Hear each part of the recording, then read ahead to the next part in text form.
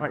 So, sir, you've seen the startup ecosystem play out for the last 2 decades. Now, this is for a 20-year-old. Having seen how the VCs play out, how the industries play out, what are some top mistakes that you can tell a new 20-year-old who's sitting in college to avoid when he's going to start up? No, I think if a 20-year-old has an idea, he must work on the idea, come up to speed, learn how to pitch, and raise money only when there is something which is scalable, which is available. Make sure that you're not doing a point solution or a feature. You got to understand what is a feature and what is a proper product or what is a proper business. Because many features get carried away by doing some small innovation which is not scalable, so they got to watch out. Second, you and your team, 2 or 3 people together, should work on it to make it happen. And don't raise money unless you are very sure that you can scale up. And if you raise money, go pitch to some good angels and learn how to pitch. Pitching is an art. You can't go mumble something, so you got to do that. And whatever you do in your entrepreneurial life, never dilute too much and never blow up money, respect capital. So at the end of the day, if you're successful, you own a large chunk of your company and you don't become an employee. Right. So, you spoke about not raising too much, and that really stood out to me. What has been the reason for that learning?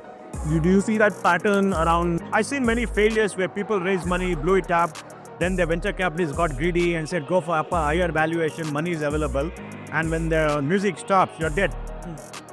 And you get diluted too much. And if you raise too much of money over time, you become an employee with 3%, 4%, 5%. The kitty can be large, but you have no power. See, entrepreneurs are very special people. And people trust entrepreneurs. And they must be capable of being trusted. They must have that special magic which can grow businesses. Risk-taking, understanding, execution.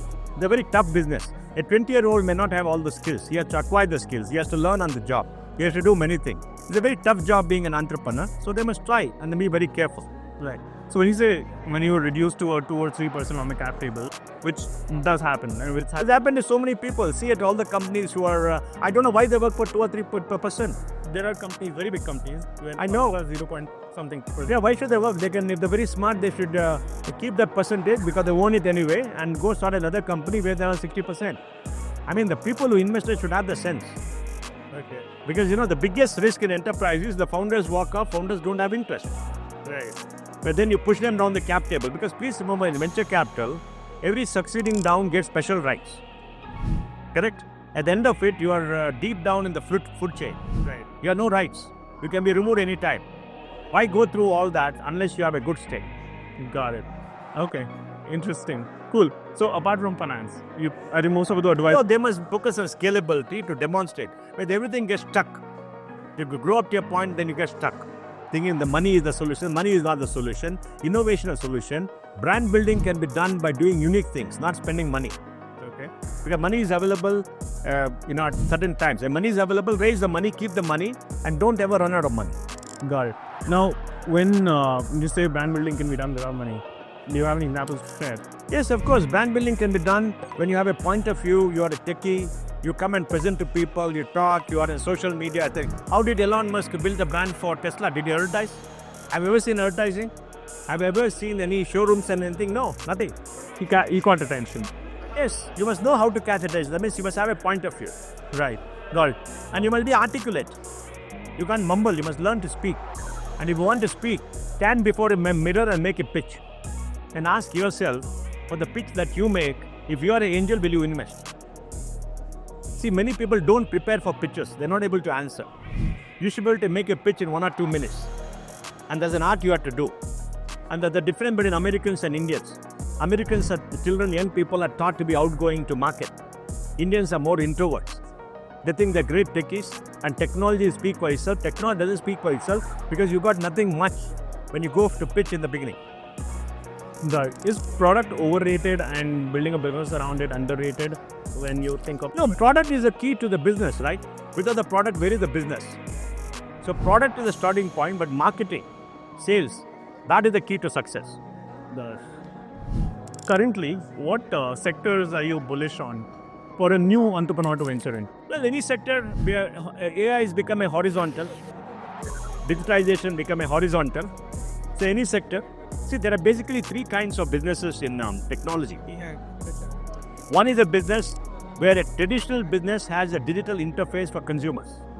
Traditional business. For e-commerce. You bring a store online. E-commerce is like a store, but you can have millions of items on your portal where you can go and you can do everything else. But delivering is physical. Warehouse is physical. Payment is automatic but still physical. All that is physical, right? It's like any other business.